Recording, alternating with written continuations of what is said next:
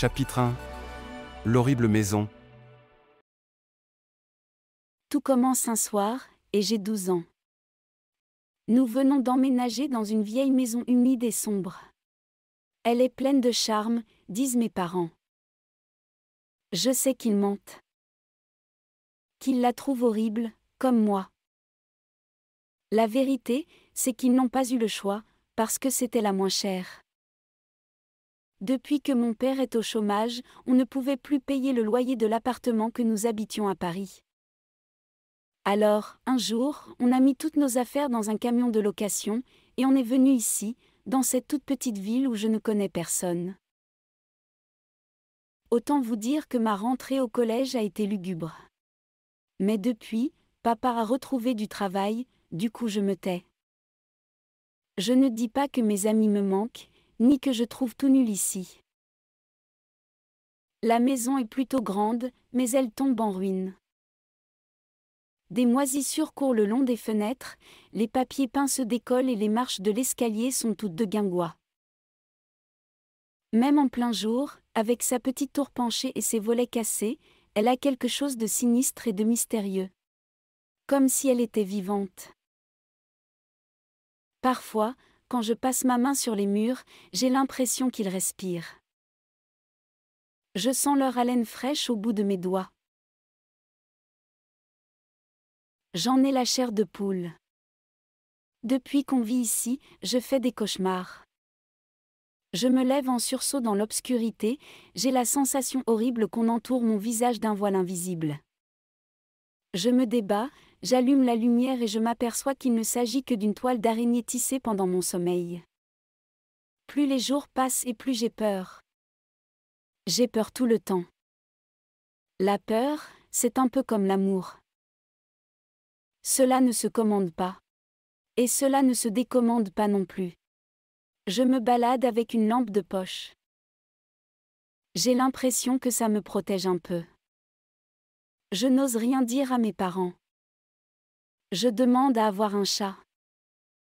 Il me semble qu'avec un chat, tout ira mieux pour moi dans cette maison. Alors, à Noël, je reçois un joli petit chat gris. Il dort sur mon lit, je sens sa chaleur tandis qu'il ronronne doucement, et je me dis que je me suis fait des idées. Que j'ai trop d'imagination.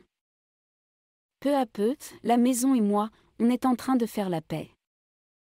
Mais un soir, je suis seule à la maison. C'est la première fois que mes parents sortent depuis qu'on a déménagé. Ça va aller ? Demande maman d'un air inquiet au moment de partir.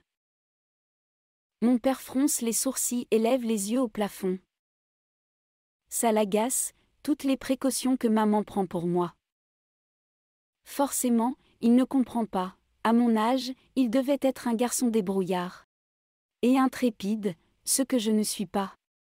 Il ne le dit pas mais je le devine. En cas de souci, tu nous appelles, murmure maman. Il n'y aura aucun souci, décrète papa. Et souviens-toi, ajoute-t-il pour moi, tu ne vas pas au grenier. Tu penses à éteindre les lumières. Tu ne laisses pas le chat sortir. Ils mettent leur manteau, m'embrassent. J'entends leur voiture tourner au coin de la rue, puis le silence tombe sur moi. Chapitre 2. Seul avec un fantôme. Nous y voilà. Je suis tout seul à présent. Il fait nuit, le grand escalier s'enroule dans les ténèbres. Dehors, la pluie tapote sur les vitres froides. Je vais, en courant, car pour tout dire je n'emmène large, dans le salon. Toutes les lampes brillent, la pièce est chauffée, et une assiette fume doucement sur un plateau. J'allume la télévision puis je m'installe sur le canapé, devant mon gratin de pommes de terre préparé par maman. J'éprouve un grand soulagement, presque de la surprise, je n'ai pas si peur que ça. Finalement, je me dis, ce n'est pas si terrible. Le repas fini, je regarde la télé. Au début, je suis bien, je suis heureux, j'ai 12 ans, j'ai la télécommande et je suis affalée de tout mon long sur le canapé, à grignoter des bonbons. Personne n'est là pour me dire d'aller me coucher, ou pour vérifier que je regarde bien des programmes pour enfants. Je me dis que si c'est ça, être adulte, c'est carrément pas mal. Et surtout, pour la première fois de ma vie, j'ai l'impression d'être quelqu'un de courageux. Mon chat, de temps en temps, remue la queue. Le vent souffle à l'extérieur, les volets claquent, le parquet craque. Et moi, je croque des cacahuètes enrobées de chocolat. À un moment donné, mon chat miaule. Il gémit en remuant les moustaches, signe que sans doute une souris, quelque part, trotte le long des murs. Il demande à sortir du salon, je lui ouvre la porte et je l'entends bondir souplement dans les escaliers. J'ai froid tout à coup, mon chat me tenait chaud. J'ouvre un des placards, je prends une couverture. Elle sent la forêt mouillée après la pluie. Je me rassois sur le canapé, secoué de frissons, avec la couverture humide sur mes épaules. J'appelle mon chat mais il ne revient pas. Il est de plus en plus tard. Je suis fatiguée, j'ai les paupières qui se ferment, pourtant je reste là. Je sens bien que je devrais aller me coucher, mais quelque chose m'en empêche. C'est la peur. Elle est revenue. Peu avant minuit, le vent se met à souffler plus fort. Un brusque courant d'air jaillit de la cheminée, tandis qu'un sifflement, presque une plainte, se fait entendre dans le conduit. Je sens mes cheveux se dresser sur la tête. Je me lève, je me penche à l'intérieur, les mains dans les cendres. Mais je ne vois qu'un tunnel de ténèbres et des briques noircies par les flammes d'anciens feux. Comme je regrette qu'il n'y ait pas une bonne flambée dans cette cheminée. Je regarde autour de moi. Je n'ai pas le droit de toucher aux briquets ni aux allumettes en l'absence de mes parents, mais j'allume tout de même les bougies du chandelier sur la table basse. Les flammes dessinent des ombres au plafond, leur clarté me réconforte. Je suis fière de moi. Je me rassois dans le canapé. Minuit sonne. C'est alors que je le vois. Il est assis dans le vieux fauteuil rouge sombre qui sent le moisi. Je distingue sa silhouette, je devine qu'il porte un costume et un chapeau.